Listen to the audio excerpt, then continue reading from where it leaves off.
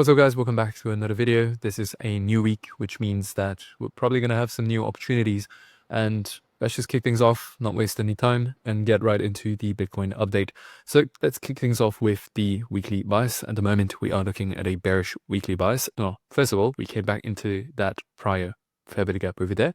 We got rejected, and we have been going down since, which means that right now, the order flow in terms of the weekly chart is looking exceptionally bearish. And I do not expect that to change until we take out some sort of weekly buy side, or rather, in this case, this is sell side liquidity.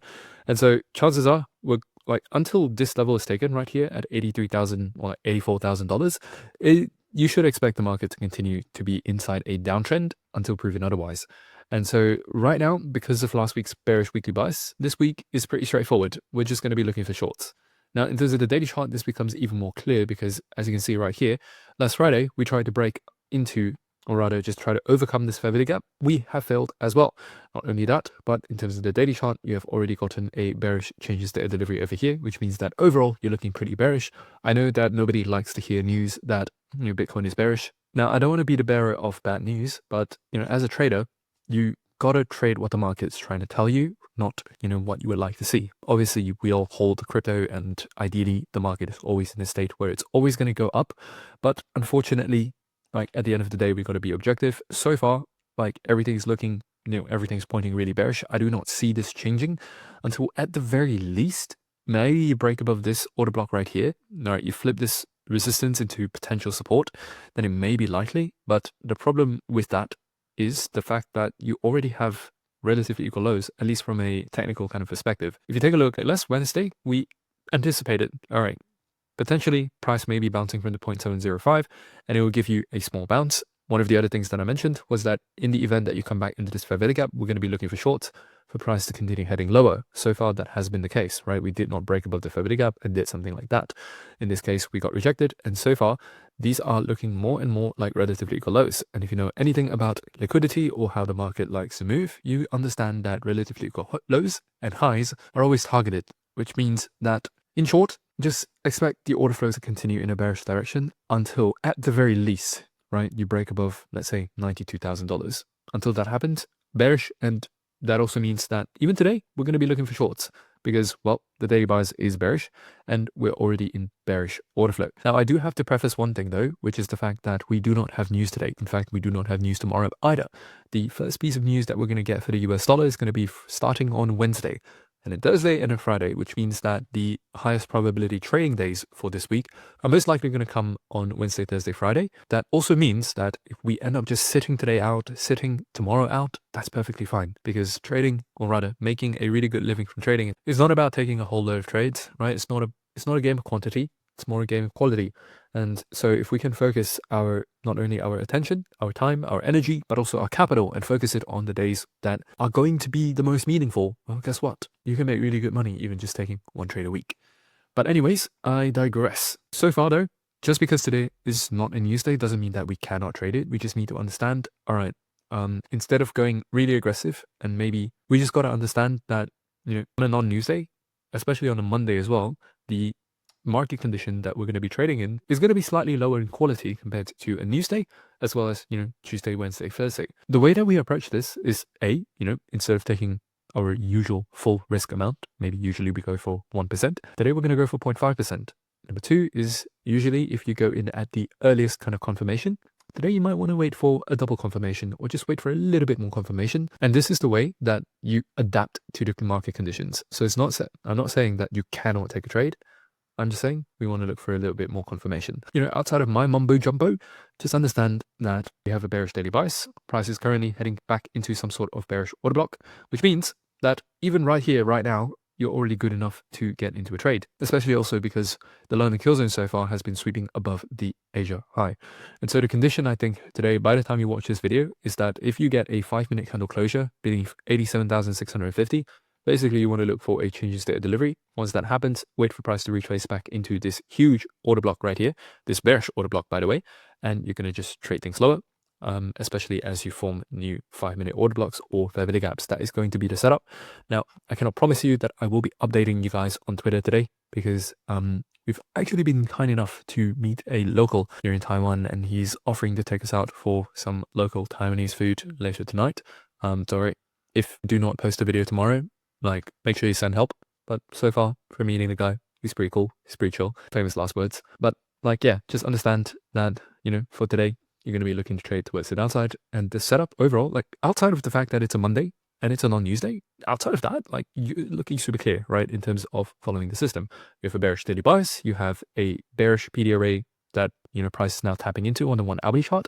And in terms of the 5-minute, all you need to do now is to wait for a CISD and you're going to be all good to go. Now, the ideal trading time window for today is going to be between 7 a.m. to 10 a.m. Of course, that is the New York kill zone. But otherwise, let's get into Ethereum, which, by the way, if you guys recall what I mentioned last Friday, I did mention that in terms of Ethereum versus Bitcoin, I would most likely lean towards Ethereum for a short. And if you guys recall, that is your CISD over there. It occurred during the news window, which is at 8:30. Once that happened, kaboom, kaboom, kaboom, you would have easily gotten a 2R, potentially even a 3R. Like just using the CISD right here, setting your stop loss over there. Yeah, that would have easily been a 2R. Let me know in the comment section below if you managed to get that trade. But otherwise, let's take a look at Ethereum today and see how it's looking like. Because who knows, today might be another rare day where Ethereum is the ideal setup as well compared to Bitcoin. So far, Ethereum, you can see the relatively equal lows much more clearer.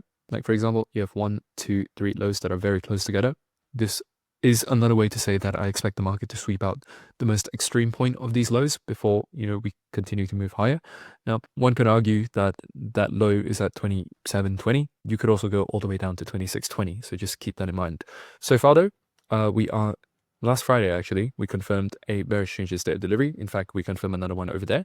So overall, the order flow on the daily chart is really bearish. Right now, you are having a bearish daily bias, plus the fact that you have a bearish resistance over there that you can come back into, and that is going to be where you want to take short. And in terms of the 1 hourly chart, again, the setup is super clear today, where you're coming back into a 1 hourly PD array. You could even argue that this level here is going to be resistance because this is kind of like the entire order block over here. And so the setup for today is super straightforward. It's just as straightforward as Bitcoin, where you're just going to want to look for some sort of a short around the hours of 7 a.m. to 10 a.m. New York, and you just need some sort of a CISD. Well, in this case, you might even look for a double confirmation, where if you usually, right, on a usual day, if you get a break below this level right here, that would be CISD, right? You could consider that an early CISD. Just like what I mentioned earlier, the way you adapt to market conditions that might not be as good as usual is that you wait for a secondary confirmation. So instead of going for the early one, you go for the undeniable one. And if you get a double CISD, in this case right here, then yeah, just feel free to trade this lower for the rest of the entire day.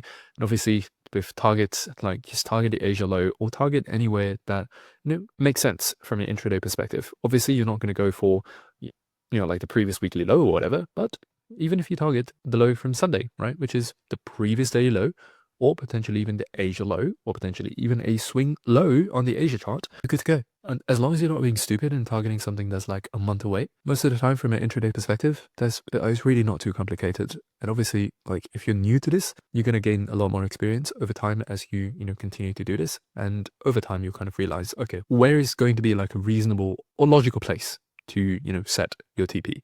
For now, if you're still new, like just stick to 2R, stick to the Asia low, stick to a swing low, and you're going to be all good. Now, in terms of Solana, let's take a look real quick. All right, so Solana, in terms of Solana, you have definitely swept out all of those relatively equal lows, as you can see over there. So Solana is looking quite a bit weaker compared to Ethereum and Bitcoin. Now, in terms of other lows that you can look towards, I think, right now, you could either be reaching towards $95, or you could actually, maybe, just maybe, fingers crossed, you might start to break higher, although I highly doubt it, just because like in terms of Bitcoin, the weekly projection is that it's going to go lower. And if you know anything about crypto, you know that as long as Bitcoin dumps, everything kind of follows.